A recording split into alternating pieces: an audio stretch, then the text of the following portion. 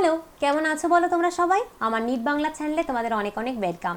তোমাদেরকে তো বলেছিলাম যে খুব ইম্পর্টেন্ট টপিক যেগুলো নিট এবং বোর্ড দুটোর জন্য ইম্পর্টেন্ট, যেখান থেকে প্রশ্ন আসবেই আসবে, সেইগুলোকে খুব ছোট ছোট করে কুইকলি তোমাদেরকে পড়িয়ে দেবো, যাতে খুব ফাস্ট তোমাদের রিভিশনও হয় আর বেসও ক্লিয়ার হয়।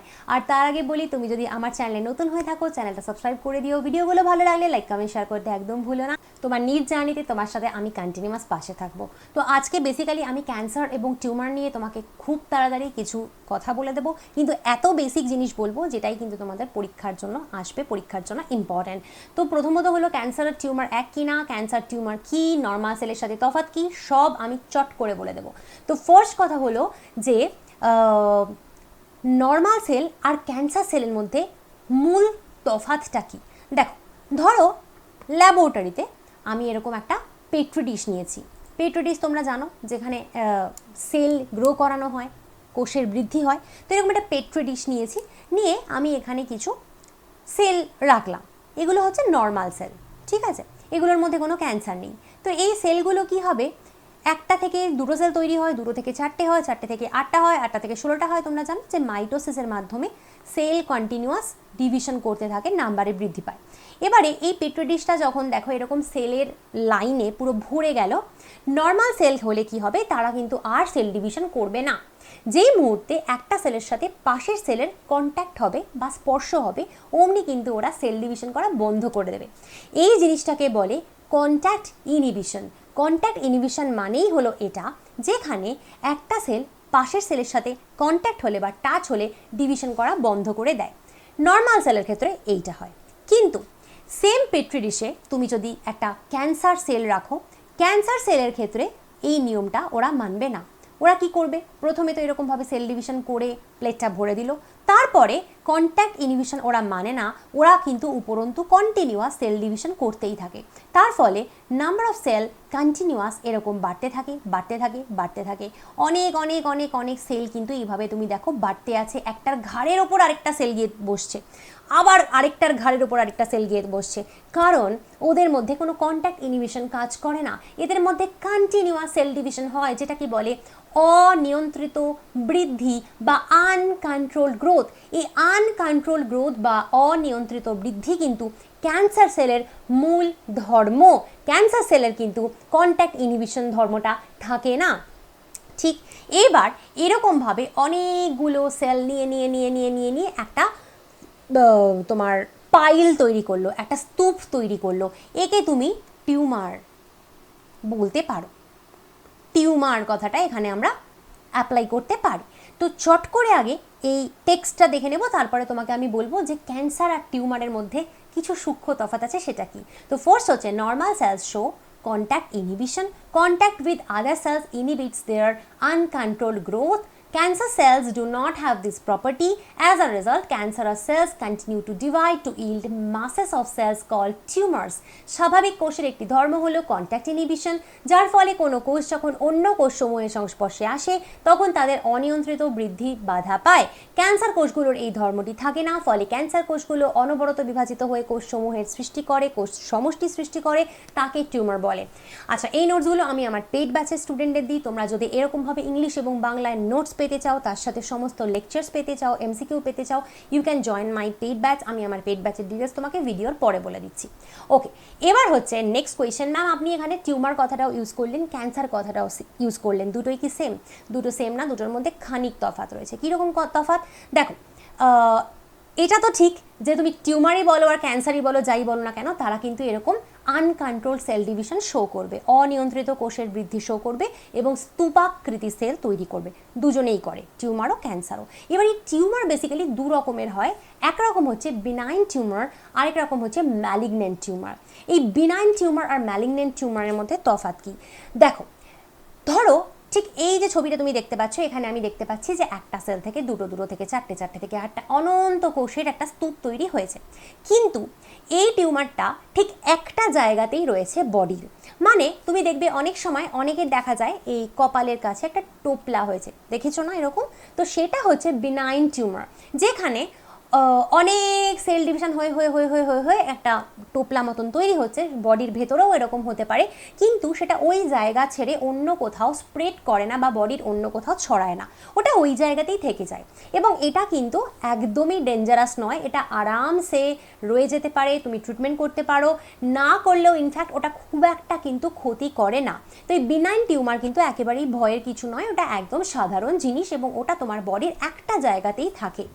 এইবার অনেক সময় কি হয়, ধরো এরকম একটা জায়গাতে বডির এরকম প্রচুর সেলের মাস হয়েছে, মানে টিউমার তৈরি হয়েছে, সেখান থেকে কিছু সেল এইভাবে রক্তের মাধ্যমে ফ্লো করছে বা প্রবাহ হচ্ছে, হয়ে বডির অন্য কোনো জায়গায় স্প্রেড করে সেখানে গিয়ে আবার আর একটা সেল মাস তৈরি করলো। কি বললাম, এইখানটায় প্রথমে একটা টিউমারের মতনও তৈরি করলো, টিউমার হলো, এবার সেইখানে করেই কিন্তু ও ছাড়লো না, ও ক্ষান্ত দিল না। এই টিউমার থেকে কিছু সেল চলে এলো কোথায়, রক্তের মধ্যে, কারণ তোমার সারা বডিতেই রক্ত বইছে, তো ওই জায়গা থেকে কিছু সেল রক্তের মধ্যে চলে এলো, এসে রক্তের মধ্য দিয়ে প্রবাহ হয়ে হয়ে হয়ে হয়ে ও বডির আর একটা কোনো জায়গায় গিয়ে নিজে তো সেটেল হলো এবং তার সাথে কন্টিনিউয়াস সেল ডিভিশন করে আর একটা এরকম টিউমারের মাস তৈরি করলো। এরকম যদি হয় তাকে বলে ম্যালিগনেন্ট টিউমার। এবং ম্যালিগনেন্ট টিউমার যখন হয় তখনই কিন্তু আমরা ইউজ করতে পারি ক্যান্সার কথাটা।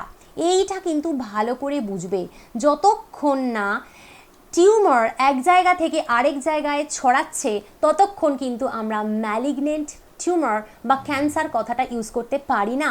একটা পার্টিকুলার জায়গায় যদি বডির টিউমার হয় তাকে কিন্তু ক্যান্সার বলে না, ভালো করে শুনে রাখো, বডির একটা জায়গায় টিউমার হলে তাকে ক্যান্সার বলে না, তাকে বিনাইন টিউমার বলে। টিউমার যখন এভাবে ছড়িয়ে পড়তে থাকে বডির এক জায়গা থেকে আরেক জায়গায় তাকে বলে ম্যালিগনেন্ট টিউমার বা ক্যান্সার। অনেকের দেখবে ব্রেস্ট ক্যান্সার হয়, ব্রেস্ট ক্যান্সার থেকে তারপরে দেখবে সারা বডিতে ক্যান্সার ছড়িয়ে যাচ্ছে, অনেকের এরকম হচ্ছে ব্রেনে অবধি ক্যান্সার ছড়িয়ে যাচ্ছে, বিভিন্ন জায়গায় ক্যান্সার ছড়িয়ে যায়, that is called cancer, that is dangerous. Benign tumour is not dangerous. এবং এই যে ক্যান্সার সেলের এক জায়গা থেকে আরেক জায়গায় ফ্লো হওয়া, রক্তের মধ্য দিয়ে প্রবাহ হওয়া বা ছড়িয়ে পড়া, তাকে বলা হয় মেটাস্ট্যাসিস। তাহলে মেটাস্ট্যাসিস কি, মেটাস্ট্যাসিস হচ্ছে ক্যান্সার সেলের এক জায়গা থেকে আরেক জায়গায় ছড়িয়ে পড়াকেই মেটাস্ট্যাসিস বলে। এবং সেইটা কিন্তু সব থেকে ডেঞ্জারাস, সেটা কিন্তু ভয়ের, সেটা কিন্তু আর্লি ট্রিটমেন্ট করাতে হয়, ডেফিনেটলি আর্লি ট্রিটমেন্ট করলে আজকাল ক্যান্সারও কিউরেবল। এবার তুমি বলতে পারো যে ম্যাম হঠাৎ করে একটা নর্মাল সেল যে চুপচাপ ছিল, যে সুন্দর ছিল, সে হট করে কেন ক্যান্সারাস হয়ে গেল, কেন একটা সেল হঠাৎ করে আনকন্ট্রোল সেল ডিভিশন বা অনিয়ন্ত্রিত বৃদ্ধি শো করলো, কি এমন হলো সেলটার মধ্যে? তো বেসিক্যালি আমাদের প্রত্যেকের বডিতেই কিন্তু আমাদের যে সেলগুলো রয়েছে তার মধ্যে একটা বিশেষ জিন থাকে, তাকে বলে প্রোটো অঙ্কোজিন।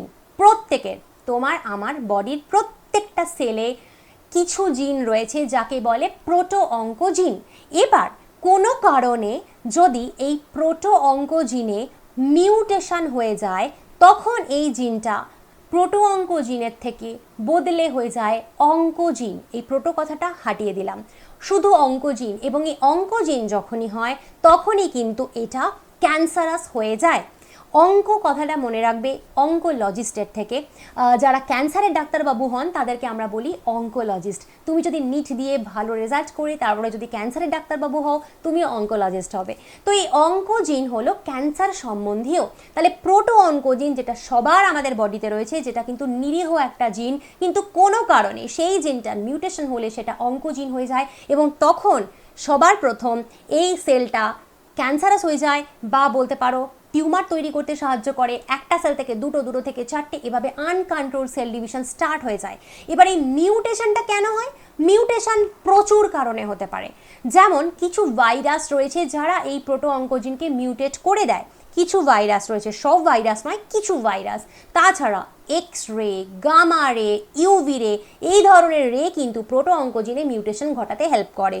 টোব্যাকো বা তামাক, আমরা সবাই জানি বিড়ি সিগারেট ফুঁকলে ক্যান্সার হয়। কেন হয়? তার কারণ এই তামাক কিন্তু প্রোটো অঙ্কোজিনকে অঙ্কোজিন হতে সাহায্য করে। এছাড়াও আরও অনেক রিজন রয়েছে, তোমাদের এনসিইআরটি অনুযায়ী বা তোমাদের নিট বা বোর্ড অনুযায়ী এই কটাই পড়লেই আপাতত হবে, বড় হয়ে আরও অনেক কিছু জানতে পারবে।